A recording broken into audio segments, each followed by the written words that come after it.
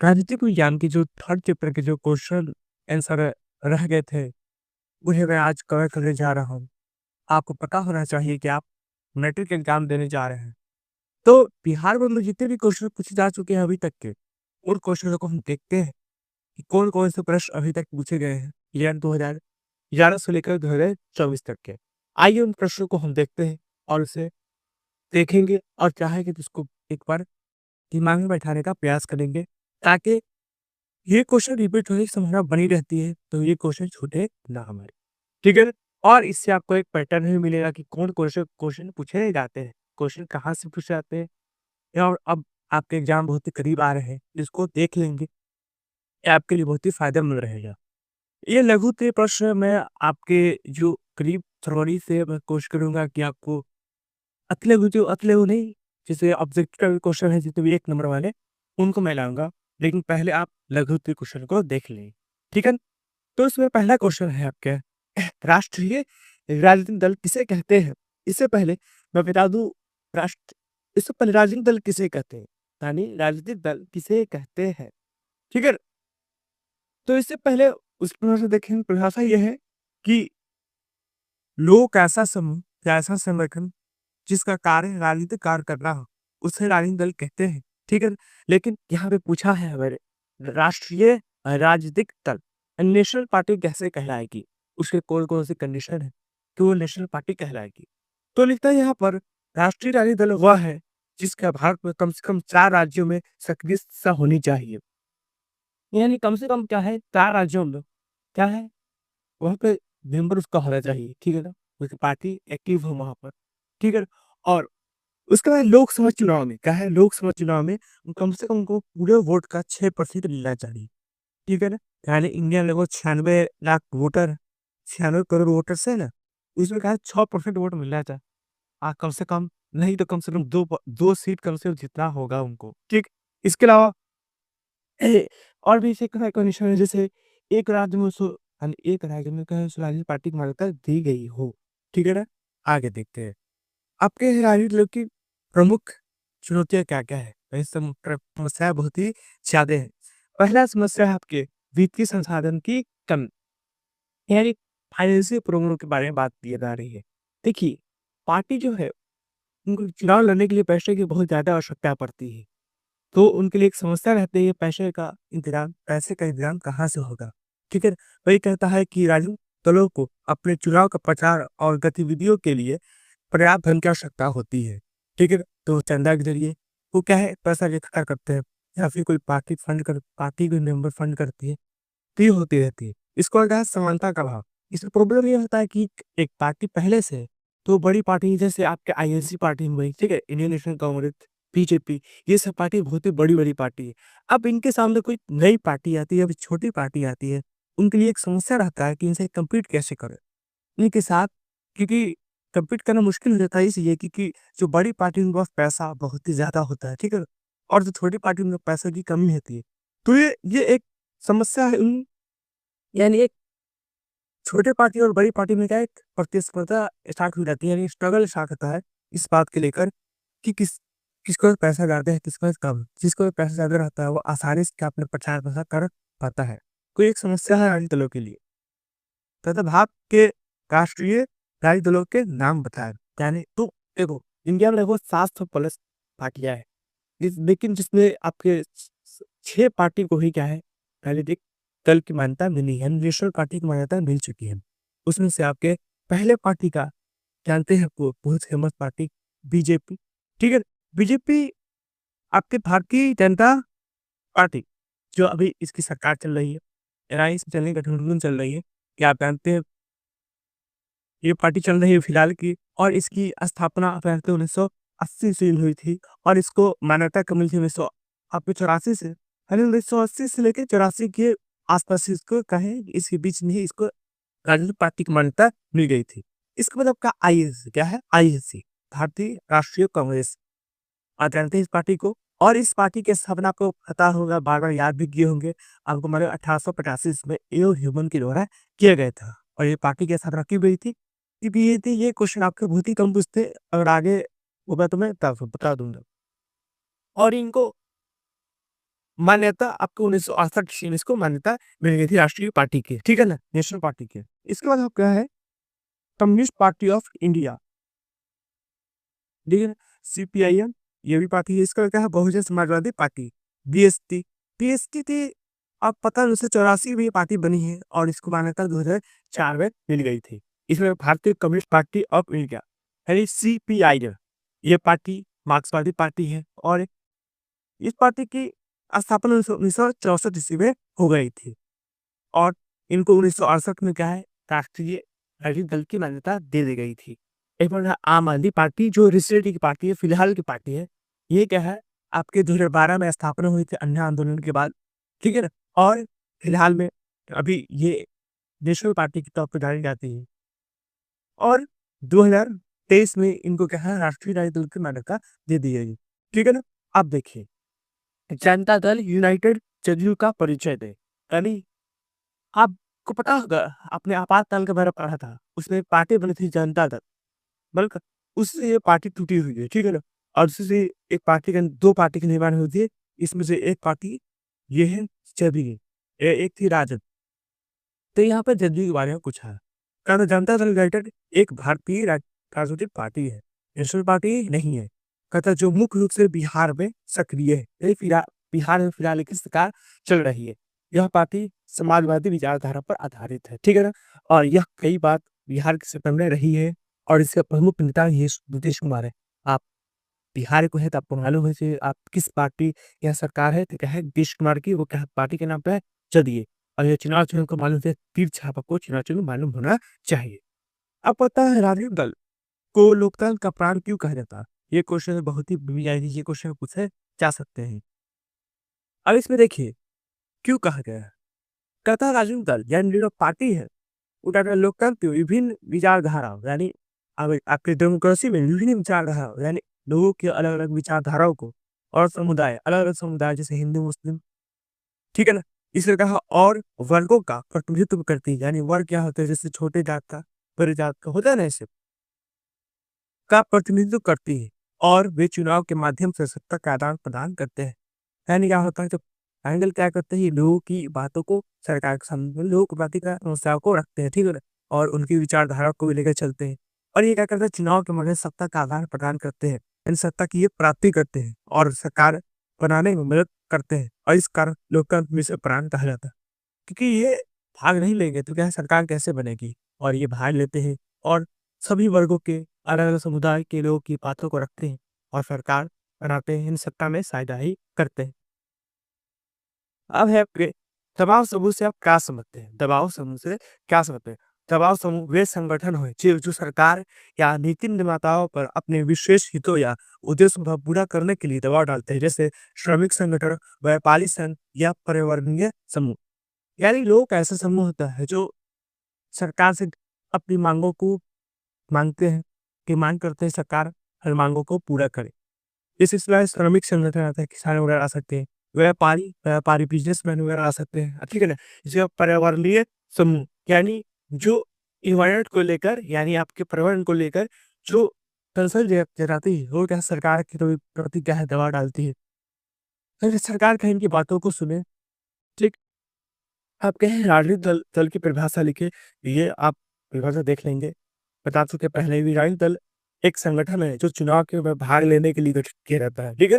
राजनीति में ऐसा दल, जो लोगों का ऐसा दल जिसका काम क्या है, राजनीतिक कार्य कर रहा है, ठीक है ना? वही क्या है, चुनाव में भाग लेने का और उसका उद्देश्य सत्ता हासिल करना, ठीक है? राजनीतिक दल का एक ही पर्पस, लास्ट पर्पस ये होता है कि सत्ता की प्राप्ति की जाए, ठीक है ना? वो पावर को गेन करना चाहती है और सरकार बनाना और जनहित में नीतियां बनाना होता है, ठीक है ना?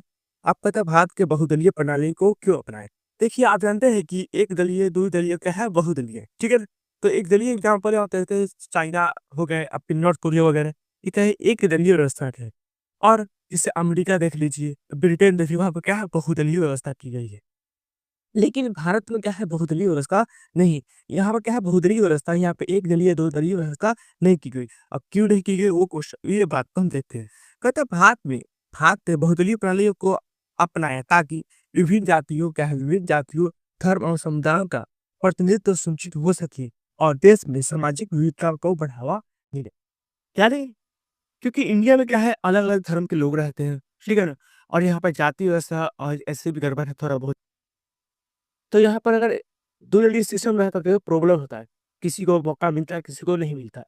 तो यहाँ पर सिस्टम लाएगा बहुदलीय, ताकि सभी को मौका मिले सत्ता में अपनी भागीदारी को सुनिश्चित कर पाएँ। और क्या है, सभी को क्या है, मौका मिले और अपनी-अपनी कामों अपने-अपने वर्गों का वो ध्यान रख पाएँ, ठीक है? अपने समुदाय का भी ध्यान रख पाएँगे, ठीक है ना? ठीक है ना? याद रखिएगा क्या है, यहाँ पे जाति, प्रकार, धर्म और समुदाय को लेकर के क्या है, यहाँ पर बहुदलीय व्यवस्था लागू की गई है। अब दल-बदल कानून क्या होता है? दल-बदल कानून एंटी डिफेक्शन लॉ, ये कानून लाना पड़ा सरकार को, ये ज़रूरी था, बिल्कुल। और ये क्यों ज़रूरी है लोकतंत्र में देखेंगे। दल-बदल कानून एक एंटी डिफेक्शन लॉ कानून है, जो सांसद और विधायक क्या है, सांसद और विधायक को उनके पार्टी से अलग होकर दूसरे दल में शामिल होने से रोकता है। यह लोकतंत्र की अस्थिरता को रोकने में के लिए लागू किया जाता है। क्योंकि क्या हो रहा था कि जो सांसद है, विधायक का ही, ये बार-बार पे इस पार्टी को छोड़ रहे हैं, उस पार्टी में जा रहे हैं। ए को छोड़ रहे हैं, बी में जा रहे हैं, बी को छोड़ रहे हैं, सी में जा रहे हैं। जिससे क्या होता है, लोकतंत्र में अस्थिरता रहती है। यानी काम वगैरह बहुत ही रुक जाते हैं और बार-बार कहाँ चुनाव पार्टी के अंदर करवाना पड़ता है। ये समस्या को रोकने के लिए क्या है, दल-बदल कानून लाया गया था, ठीक है ना? अब पता है बिहार में, कहते हैं बिहार में 1974 में हुए छात्र आंदोलन के प्रमुख कारण क्या थे? यानी आपको लगा था आपातकाल देश में लगा था, ठीक है ना? ये सब कारण क्यों हुए थे, वहाँ के छात्र आंदोलन की स्टार्टिंग हो गई थी। और आपको पता होगा कि छात्र आंदोलन की स्टार्टिंग आपके बिहार से हुई है, ठीक है ना? और इसकी स्टार्टिंग छात्रों के द्वारा की गई थी मुख्यतः। और इसके आपको पता होगा कि इसके लीडर का जयप्रकाश नारायण बने थे और उन्होंने एक शर्त रखा था कि ये आंदोलन को हिंसात्मक नहीं है, इसको अहिंसा के तौर पर रखेंगे, ठीक है ना? और ये होने का कारण क्या था? कहता है महँगाई और बेरोज़गारी। क्योंकि क्या है, आपकी जो बिहार है उसको सरकार कांग्रेस की जीत कर रही थी। उन्होंने वादा किया था कि हम महँगाई और बेरोज़गारी को हम रोकेंगे। तो लेकिन बढ़ती महँगाई और बेरोज़गारी के कारण छात्रों में असंतोष था। लेकिन वो काम ऐसा नहीं कर पाई, महँगाई और बेरोज़गारी को रोक नहीं पाई। तो लोग जो छात्र थे वो खुश नहीं रहे सरकार से। अब शिक्षा प्रणाली और सुधार की माँग। पहले यहाँ पे क्या है, छात्र चाहते थे कि शिक्षा हमें बेहतर मिले और सुविधाएँ भी हमें मिले। लेकिन ये बोले कि हुई, लेकिन माँग की गई लेकिन पूरी हुई नहीं। ये इससे भी गुस्सा फूटा छात्रों का। तथा सामाजिक और राजनीतिक असंतोष, राज्य के खिलाफ व्यापक असंतोष है। राज्य सरकार के खिलाफ में लोग भी सरकार से खुश नहीं थे, क्योंकि महँगाई और बेरोज़गारी हो गई थी, कोई भी खुश नहीं रह पाएगा। तथा गुप्त मतदान क्या है? गुप्त मतदान तथा गुप्त मतदान एक सिस्टम है, आप क्या है वोटिंग करवाने के, देखिए, गुप्त मतदान वह प्रणाली जिसमें मतदाता अपना वोट गुप्त रूप में डालते हैं, जिससे उनके द्वारा डाले गए वोट का खुलासा किसी को नहीं होता। यह स्वतंत्र निष्पक्ष मतदान को सुनिश्चित करता है।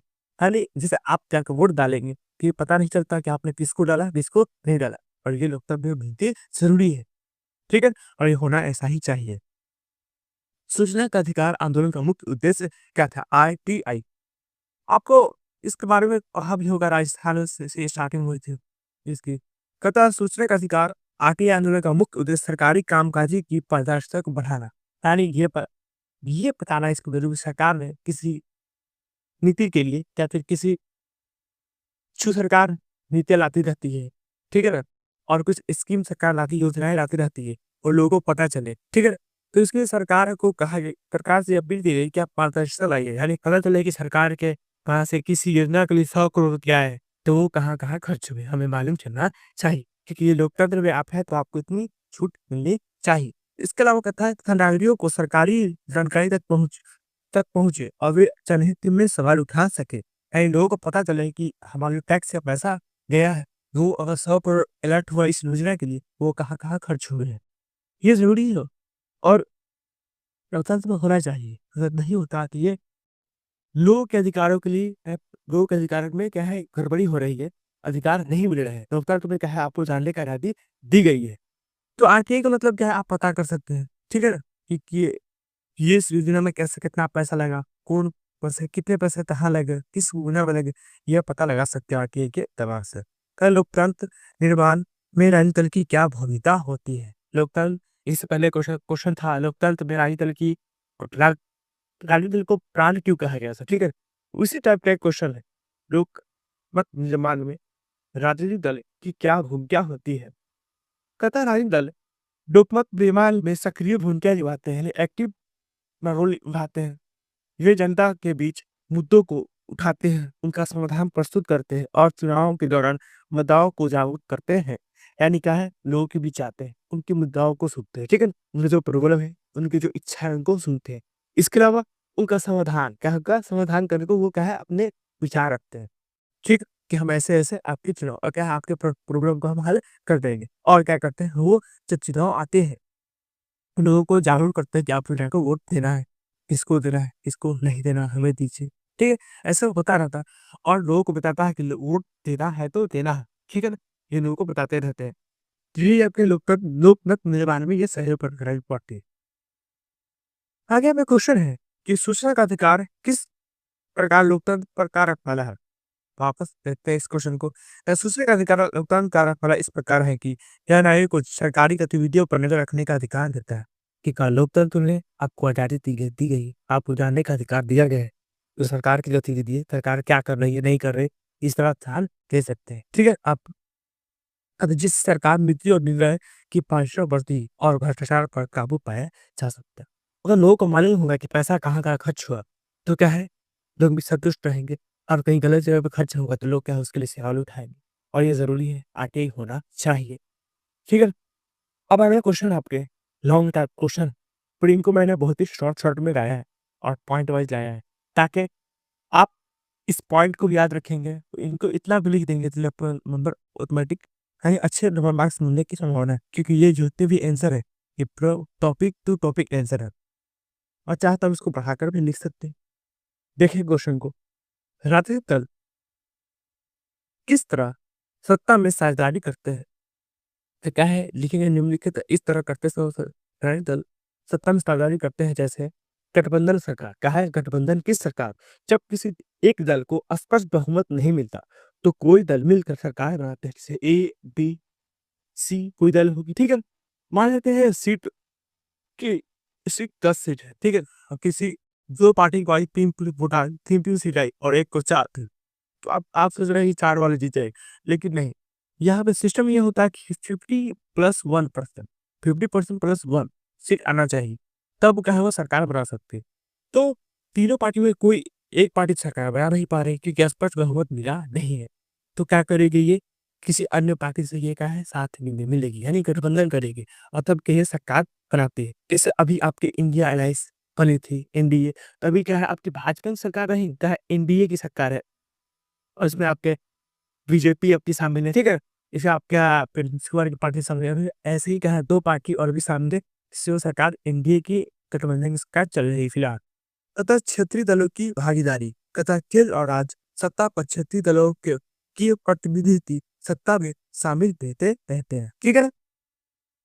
केंद्र और राज्य स्तर पर क्षेत्रीय दलों के प्रतिनिधि सत्ता में साझेदारी शामिल होते रहते हैं, ठीक है? आय करता है मंत्रिमंडल में स्थान, सत्ता के में भागीदारी दलों के सदस्यों को मंत्रिमंडल में स्थान दिया जाता है, ठीक है ना? मंत्रिमंडल बहुत सारे विभाग और दूसरा स्थान मिलता रहता है।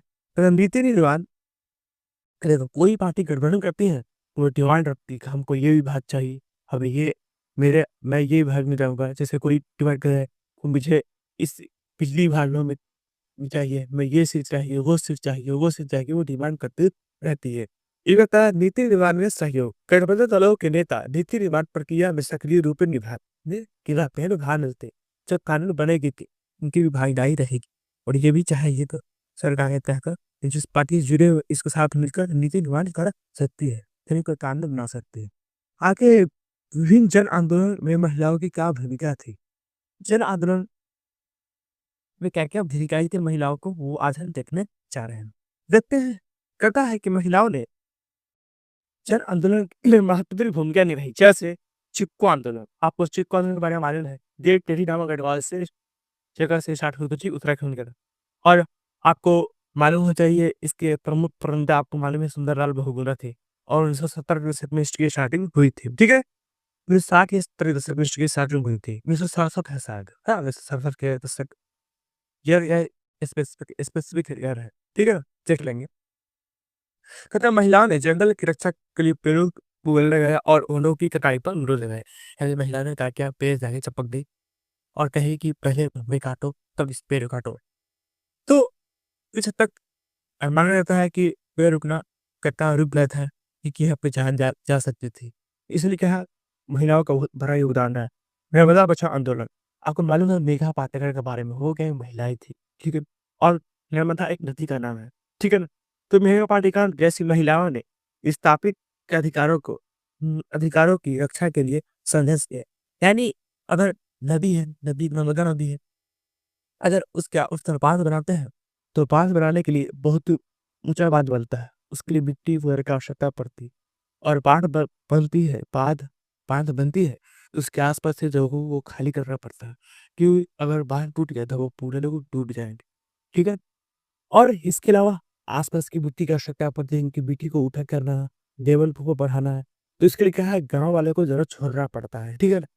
तो इसीलिए आई नर्मदा बचाओ आंदोलन, यानी कि महिला आई थी, मेघा पाटेकर, लोगों को जो लोगों को बचाया तथा विस्थापित अधिकारों की रक्षा के लिए संघर्ष किया, ठीक है ना? अगर स्वतंत्रता आंदोलन, जिससे हमारे देश की आज़ादी में महिलाओं का योगदान रहा है, कि हम लोग ज़्यादातर पुरुष के बारे में ही पढ़ते हैं, लेकिन महिलाओं ने भी अपना योगदान दिया है इसमें। तथा महिलाओं ने स्वतंत्रता संग्राम में प्रदर्शन, रैली और जेल जाने जैसे महत्वपूर्ण कार्य किए हैं। जैसे जहाँ पर रैली निकाला है, ठीक है? उसमें क्या है, महिलाओं ने अपना भाग लिया है। फिर शिक्षा और समानता के लिए संघर्ष, ठीक है? और अभी भी चल रहा है, लेकिन अब खत्म हो गया है। तथा महिलाओं ने समाज सुधार आंदोलन में सक्रिय भूमिका निभाई और उनमें डिमांड किया है पढ़ाई का मौका दिया और हाँ, सरकार दे भी रही है और आज के दौर में महिलाएँ पढ़ भी रही है। आइए अगला अगला क्वेश्चन देखते हैं। किस आधार पर कह सकते हैं कि बिहार में शुरू हुआ छात्र आंदोलन का स्वरूप राष्ट्रीय हो गया? यानी जो आपको बताते हैं कि देश में का छात्र आंदोलन होने के कारण क्या थे? उसी के बाद ये क्वेश्चन आप लिख सकते हो। कहता है बिहार में 1974 का छात्र आंदोलन भ्रष्टाचार, क्या है भ्रष्टाचार, बेरोजगारी और महंगाई प्लाट था। जयप्रकाश नारायण ने के नेतृत्व में यह आंदोलन राष्ट्रीय बन गया, क्योंकि क्यों बना? देखिए पहले सोचिए कि पहले बता चुका हूँ कि क्या था, कि छात्र का डिमांड था, ठीक है? कि अच्छी शिक्षा मिले, ठीक है? इसके अलावा क्या है, महँगाई, भ्रष्टाचार और बहुत परिस्थिति थी। लोग क्या थे, इससे सरकार से खुश है, राज्य सरकार से खुश नहीं थे। तो जयप्रकाश नारायण के द्वारा क्या है, ये आंदोलन का स्टार्टिंग किया गया था, ठीक है? आंदोलन स्टार्टिंग किया गया था कि आंदोलन में एक नेतृत्व के हिंदू श्री कुछ आ गए थे। वो छात्रों के कहने पर वो इनकी अगुवाई कर रहे थे, ठीक है? अब क्योंकि देश भर में छात्रों ने इसमें सक्रिय भाग लिया, यानी देश भर के ज़्यादातर छात्र का इसमें भाग लिए, स्टूडेंट सब, मुख्यतः बिहार के थे इसमें। यह आंदोलन आपातकाल लागू होने का मुख्य कारण था। आपको पूरा सिनेरियो समझेंगे तो क्या है, इसी को वैसे क्या है, कहा जाता है देश में आपातकाल लागू हो गया था, छात्र आंदोलन। कहता है अन्य राज्यों में युवा भी सड़क पर उतरे, यानी बिहार के युवा उतरे, कहता है अन्य राज्य के भी उतरने लगे, ठीक है? और कहता है कि सरकार की नीति के खिलाफ यह आंदोलन राष्ट्रीय स्तर पर चर्चा के विषय बन गया, ठीक है? और इतना बड़ा वैश्विक आपके आंदोलन होने लगे, जैसे बिहार से उठकर पूरे जेपी नारायण उस सड़क पर दिल्ली की ओर रवाना हो गए थे। अब इसमें ऐसा हुआ था कि जेल में जगह ही नहीं बचा, कितना आदमी को जेल में रखा जाए। तो लास्ट में ऐसा हुआ कि देश में आपातकाल लागू कर दिया गया। तो ये आंदोलन कहाँ ठप हो गए, लेकिन आपातकाल हटते ही क्या है, ये एक पार्टी बनी थी इन लोगों के द्वारा, जनता पार्टी, ये जीत रहेगी, ठीक है? और 1970 की पार्टी गई थी, ठीक है? अब भारतीय किसान यूनियन की प्रमुख मांगे क्या थी, ठीक है ना? किसानों बीकेयू की मांगे क्या, भारतीय किसान यूनियन, ठीक है ना? देखते हैं कि मांगे क्या क्या थी। उचित न्यूनतम समर्थन मूल्य, एमएसपी, क्या है एमएसपी?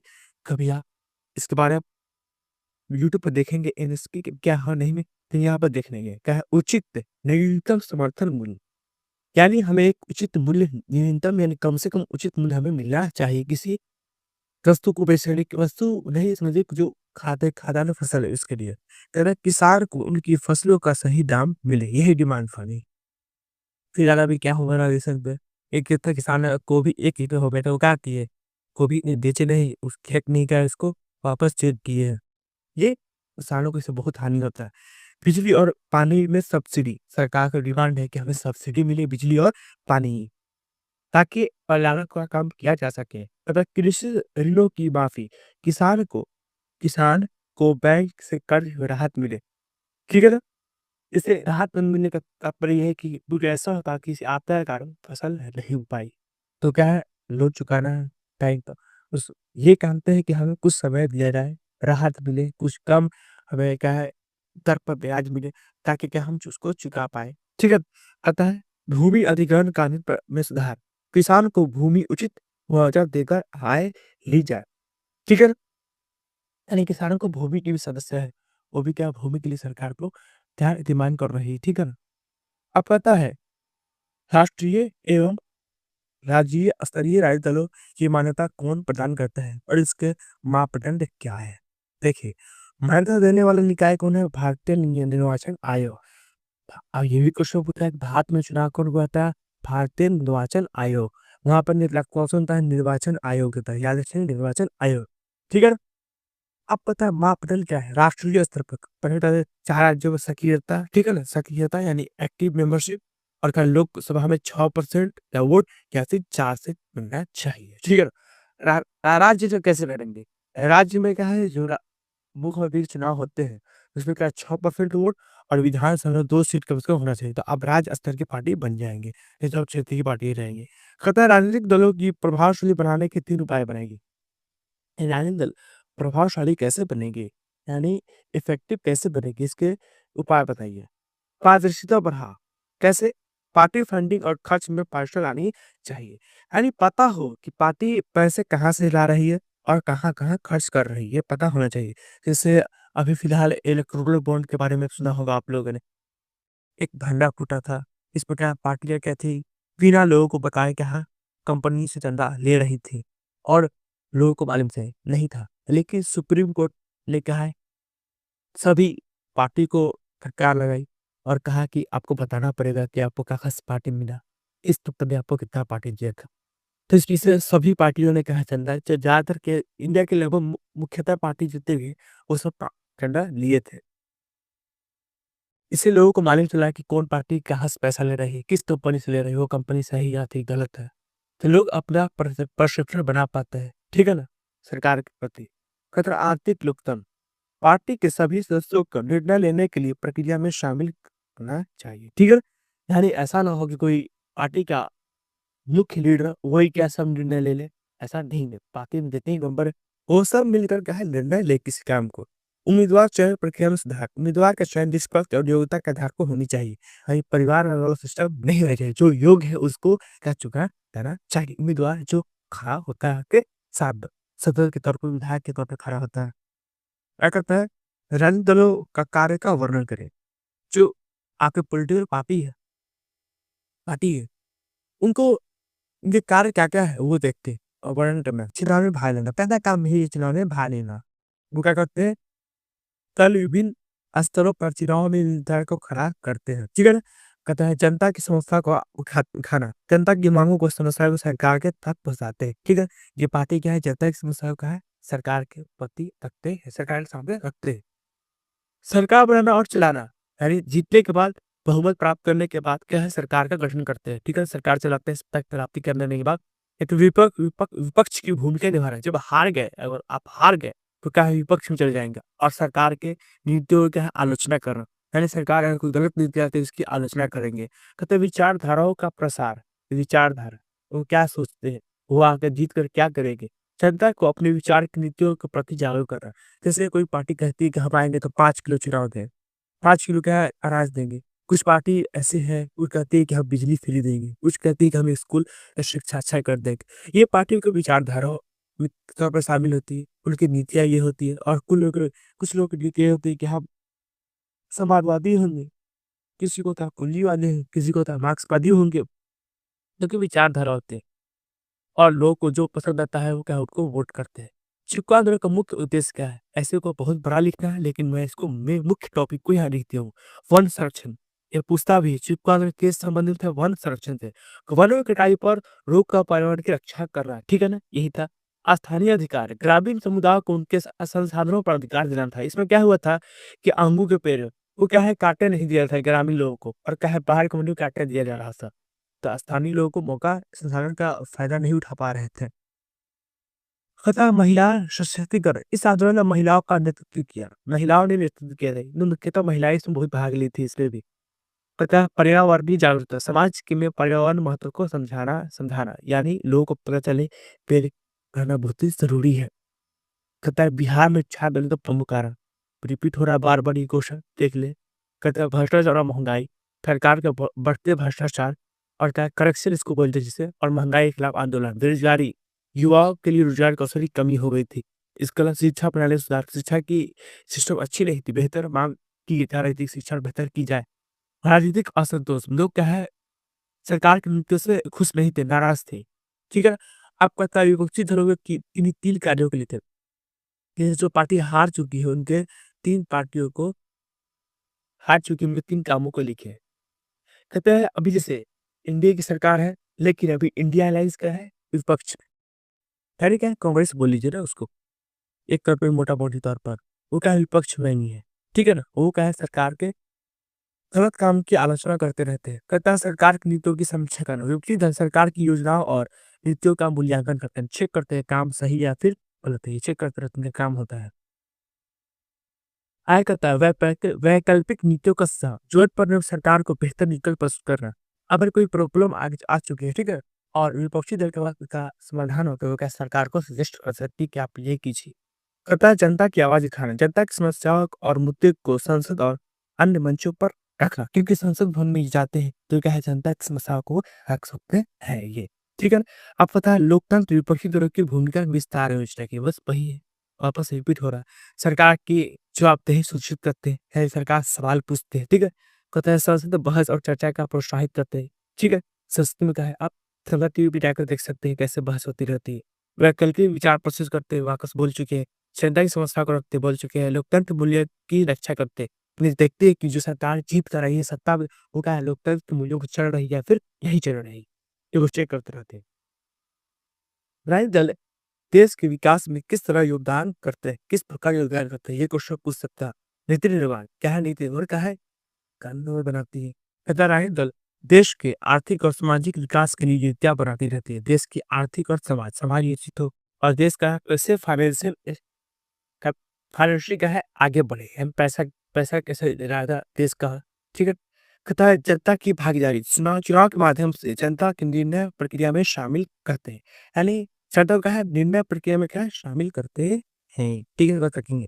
सरकार और जनता के बीच पुल, यानी सरकार और जनता के बीच क्या है पुल का काम करते हैं, का मतलब, ठीक है ना?